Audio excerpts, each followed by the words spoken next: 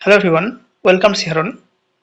যারা ডব্লিউবিএইচআরবি staff nurse grade 2 preparation নিচ্ছ বা সিএইচ এর জন্য প্রিপারেশন নিচ্ছ তাদের জন্য আজকের ভিডিও। আজকের ভিডিওতে আমরা কিছু প্রশ্ন এবং তার উত্তর নিয়ে আলোচনা করছি। প্রশ্নগুলি 2023-এর সিএইচওপি এক্সামিনেশনে এসেছিল, বাট এই প্রশ্নগুলো ডব্লিউবিএইচআরবির স্টাফ নার্স গ্রেড 2তেও আসতে পারে, কারণ কোশ্চেনগুলো যথেষ্ট ইম্পর্টেন্ট কোশ্চেন রয়েছে। আমরা আগে অনেকগুলো পার্ট আলোচনা করেছি। আজকে যে পার্ট আলোচনা করছি তার প্রথম প্রশ্ন, 41 নম্বর প্রশ্ন। A pregnant mother requires extra kilocalorie during pregnancy. একজন গর্ভবতী মা তার প্রেগনেন্সির পিরিয়ডে কতটা পরিমাণে এনার্জি তার এক্সট্রা প্রয়োজন হয়? Option A 300 kilocalorie, option B 400 kilocalorie, option C 450 kilocalorie, option D 550 kilocalorie. সঠিক অ্যান্সার হবে অপশান এ 300 কিলোক্যালোরি। প্রেগনেন্সির সময় 300 কিলোক্যালোরির এক্সট্রা প্রয়োজন হয় এবং ল্যাকটেটিংয়ের সময় 400 কিলোক্যালোরি এক্সট্রা প্রয়োজন হয়। একজন নর্মাল উম্যানের তার ডেলি এনার্জি রিকোয়ারমেন্টেশন থাকে 2200 কিলোক্যালোরি এবং প্রেগনেন্সির সময় সেটা থাকে 2500 কিলোক্যালোরি এবং ল্যাকটেটিং পিরিয়ডে টোটাল এনার্জির রিকোয়ারমেন্ট থাকে 2600 কিলোক্যালোরি। 42 নম্বর প্রশ্ন, in true labour the contraction will be. True লেবারের সময় কন্ট্রাকশনের ক্যারেক্টারিস্টিক কী কী হতে পারে? A painful irregular without cervical dilatation, option B painful irregular with cervical dilatation, option C painful regular and progressive cervical dilatation, option D painless regular and progressive cervical dilatation. সঠিক answer হবে option C painful regular এবং progressive cervical dilatation. Pen আস্তে আস্তে তীব্র হবে, এটা অবশ্যই regular basis হবে, একবার হলো আবার 2 ঘন্টা 3 ঘন্টা হলো না বা 4-5 ঘন্টা হলো না, সেরকম নয়। যখন শুরু হবে ট্রু লেবারের ক্ষেত্রে কোনো অ্যানালজেসিক দিয়েও সেটা কিন্তু কমবে না। পেন হবে তীব্র, রেগুলার এবং প্রোগ্রেসিভ সার্ভাইকাল ডাইলাটেশন, সার্ভিক্স আস্তে আস্তে ডাইলেট হতে থাকবে। 43 নম্বর প্রশ্ন, antibodies are produced by. Antibody কোন সেলের দ্বারা প্রডিউসড হয়? Option A eosinophil, option B plasma cell, option C erythrocyte, option D none of this. সঠিক অ্যান্সার হবে অপশান বি প্লাজমা সেল। 44 নম্বর প্রশ্ন, 1 gram of protein provides. 1 gram protein থেকে কত পরিমাণ এনার্জি পাওয়া যায়? Option A 5 calorie, option B 9 calorie, option C 3 calorie, option D 4 calorie. সঠিক অ্যান্সার হবে অপশান ডি 4 ক্যালোরি। প্রোটিন এবং কার্বোহাইড্রেট থেকে আমরা যে এনার্জি পাই, 1 গ্রাম প্রোটিন বা 1 গ্রাম কার্বোহাইড্রেট থেকে আমরা 4 ক্যালোরি এনার্জি পেয়ে থাকি এবং 1 গ্রাম ফ্যাট থেকে আমরা 9 ক্যালোরি এনার্জি পেয়ে থাকি। 45 নম্বর প্রশ্ন, total oral vitamin A-oil prophylaxis is given to a child from 9 months to 5 years age. একজন চাইল্ড যার বয়স 9 মাস এবং সে যে ভিটামিন এ অয়েলটা পায় 9 মাস থেকে 5 বছর পর্যন্ত, অর্থাৎ 9 মান্থ থেকে 60 মান্থ পর্যন্ত তাকে যে ভিটামিন এ অয়েলের প্রোফাইল্যাক্সিস দেওয়া হয় ওরালি, তার টোটাল ডোজ কত? সঠিক অ্যান্সার হবে option C 17 lakh international unit. একদম যখন বাচ্চার 9 মাস বয়স হয় তখন তাকে 1 lakh international unit vitamin A oil দেওয়া হয় এবং তার পরবর্তী আরও 8টা ডোজ দেওয়া হয় এবং প্রতিটা ডোজে 2 lakh international unit vitamin A oil দেওয়া হয়। পরের প্রশ্ন, 46 নম্বর প্রশ্ন, A nutritional calorie is the amount of heat required to raise the temperature of. প্রথমে বলি, এখানে ক্যালোরি টার্ম ইউজ করা হয়েছে, বাট যেহেতু এটাকে নিউট্রিশনাল ক্যালোরি বলা হয়েছে তাই এটা আমাদের হয়ে যাবে কিলো ক্যালোরি। তাহলে একটা কিলো ক্যালোরি বলতে কি বোঝায়?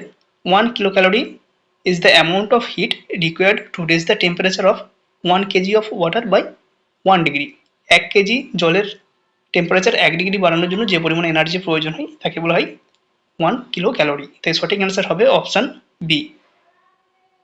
47 নম্বর প্রশ্ন, all are true except about colostrum except.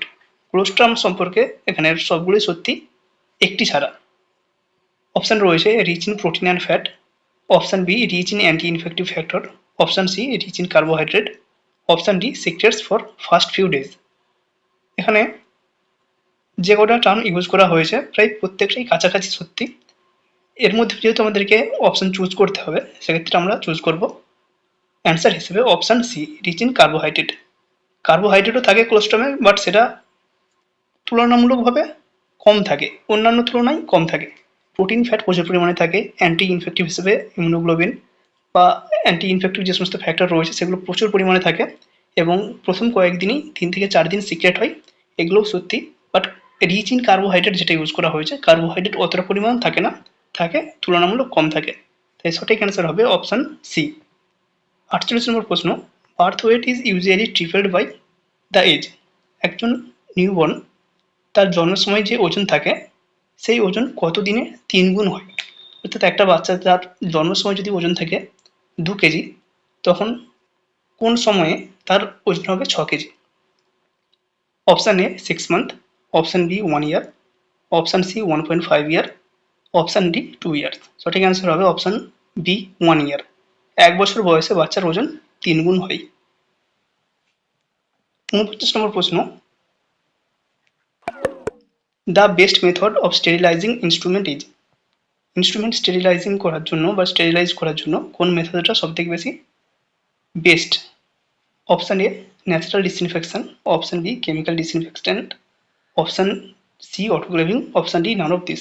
সঠিক অ্যান্সার হবে অপশান সি অটোক্লেভিং। 50 নম্বর প্রশ্ন, the best method of disposing household refuse is.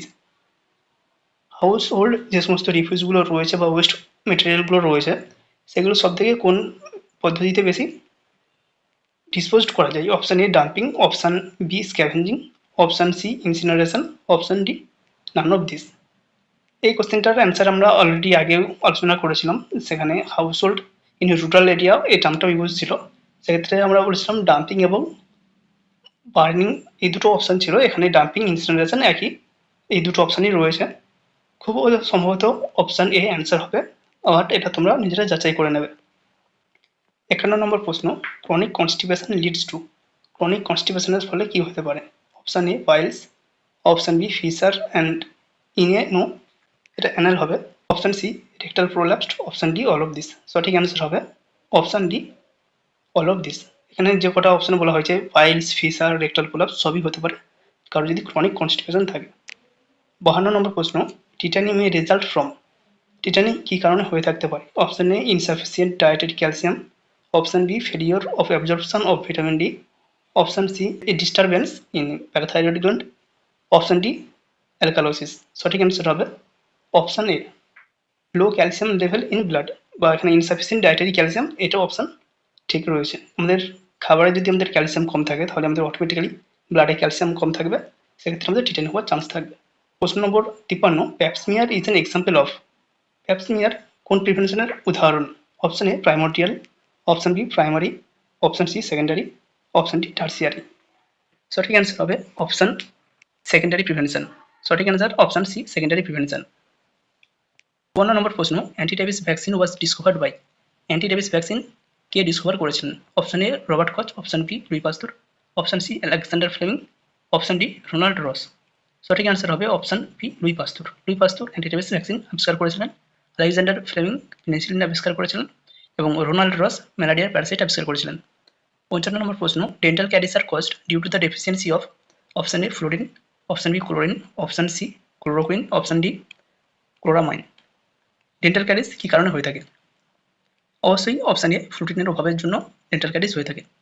56 নম্বর প্রশ্ন, vitamins are body building food, option B energy yielding food, option C protective food, option D all of this. Vitamin কী ধরনের খাবার? Option C আমাদের সঠিক answer হবে protective food. Body building food হিসেবে আমরা প্রোটিনকে ধরে থাকি, এনার্জি ইল্ডিং ফুড হিসেবে আমরা কার্বোহাইড্রেটকে ধরে থাকি। তো সঠিক অ্যান্সার হবে অপশান সি প্রোটেক্টিভ ফুড। 57 নম্বর প্রশ্ন, mode of spread of measles is. Measles কোন মোডে স্প্রেড করে বা কীভাবে ছড়িয়ে যায়? Option A foodborne infection, option B contact infection, option C droplet infection, option D nosocomial infection. Measles, হাঁচি, কাশি, এভাবে এয়ারবোর্ন ডিজিজ, তাই সঠিক অ্যান্সার হবে অপশান ডি ড্রপলেট ইনফেকশন।